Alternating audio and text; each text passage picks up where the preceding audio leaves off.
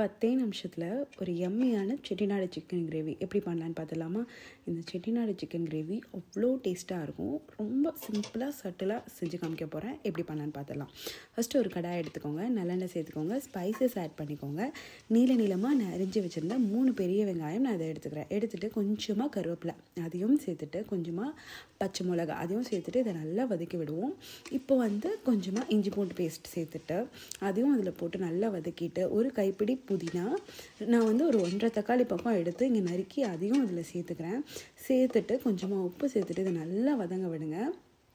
அதுக்கப்புறமா நம்ம நான் இங்கே 1 கிலோ சிக்கன் பக்கம் வாங்கி அதையும் இதில் சேர்த்துட்டு இதை எல்லாத்தையுமே அந்த மசாலாவில் படுற மாதிரி நம்ம நல்லா மேரினேட் பண்ணி வச்சுருவோம். இப்போது கரம் மசாலா தூள் 1 ஸ்பூன் சேர்த்துட்டு நல்லா கலந்து விடுங்க.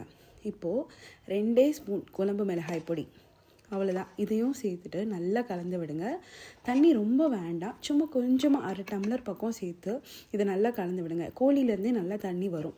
சேர்த்துட்டு குழம்பு நல்லா கொதித்து வர்றப்போ நம்ம கொஞ்சமாக மிளகு பொடி சேர்த்துட்டு இதையும் நல்லா கிளறி விட்டுட்டு, அவ்வளோதாங்க, நம்மளோட குழம்பு, அதாவது செட்டிநாடு சிக்கன் கிரேவி சூப்பராக ரெடி ஆகிடுச்சு. லாஸ்ட்டாக கொத்தமல்லி தழை போட்டு இறக்கிடுங்க.